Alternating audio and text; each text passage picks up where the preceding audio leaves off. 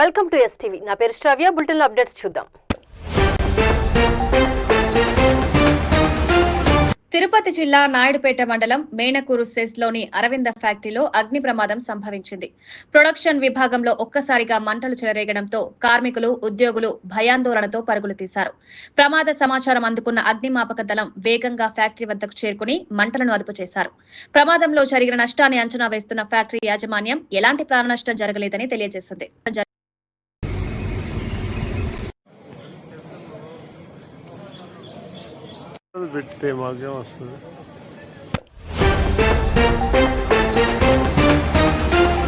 తిరుపతి జిల్లాలోని తడ, సుల్లూరుపేట మండలాల్లో motor cycle దొంగతనాలకు పాల్పడిన 5 నిందితులను పోలీసులు అరెస్ట్ చేశారు. వారి వద్ద నుండి 11 లక్షల విలువ చేసే 11 మోటార్ సైకిళ్లు స్వాధీనం చేసుకుని కేసు నమోదు చేశామని సుల్లూరుపేట సీఐ మురళీకృష్ణ మీడియాకు వివరించారు. అందరికీ నమస్కారం. ఈరోజు తడ ఎస్ఐ గారు, పడమనాయుడు గారు, వారి సిబ్బంది ఈరోజు ఉదయం పూట ఒక మోటార్ వెహికల్స్ ఏదైతే దొంగతనాలు జరుగుతున్నాయని చెప్పి మధ్య ఎస్పీ గారు కూడా ఒక పార్టీ టీంని ఏర్పాటు చేయడం జరిగింది. డిఎస్పీ గారు కూడా చెప్పడం జరిగింది. డిఎస్పీ గారి ఆధ్వర్యంలో వారి సూచనల మేరకు తడ ఎస్ఐ గారు ఈ మోటార్ సైకిల్ దొంగతనాల మీద దృష్టి కేంద్రీకరించి సుల్లూరుపేట మరియు కడలో సుమారు 11 బైక్స్ ఈ మధ్యకాలంలో గత 2-3 నెలల నుంచి దొంగతనాలు జరగడం జరిగింది.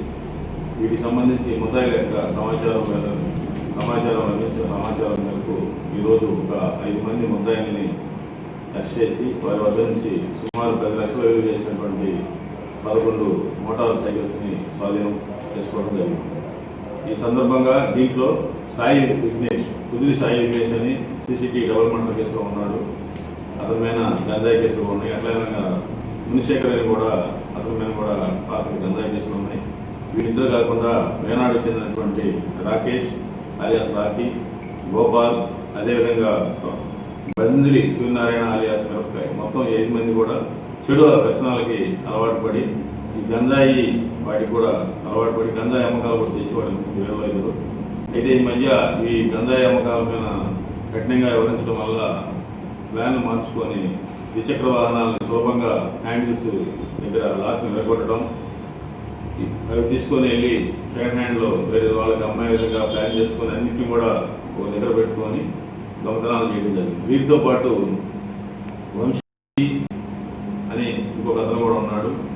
ఇతను కూడా ఆల్రెడీ జైల్లో ఉన్నాడు. ఇతనితో కూడా పాత ఉంటాయి. ఇతని మీద దాదాపు 15 కేసులు సుల్లూరుపేటలో కూడా చేరుకోవడ కడలో కూడా నమోదయ్యింది.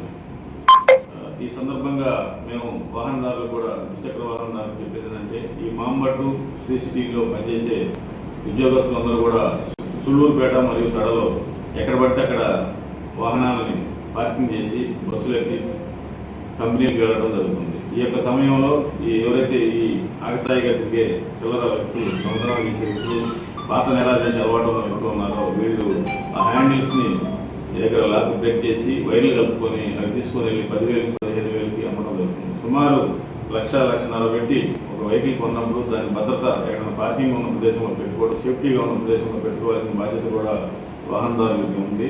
ఆ విధంగా కూడా మేము సుల్లూరుపేట మరియు తడలో అనాథంగా ఎక్కడ పడితే అక్కడ పార్కింగ్ చేసే వారికి కూడా సూచనలు చేసేది ఏంటంటే మీరు ఏదైనా పెయిడ్ పార్కింగ్లు రైల్వే స్టేషన్లో ఏమైనా పెయిడ్ పార్కింగ్లు ఉంటాయి, అక్కడ పెట్టుకోండి. మీ యొక్క వాహనాల భద్రత కలిగి ఉంటాయి. అదేవిధంగా ఈ సీసీటీవీలో కూడా మేము గమనించడం జరుగుతుంది. 2 పట్టణాల్లో కూడా సీసీటీవీలు ఉన్నాయి.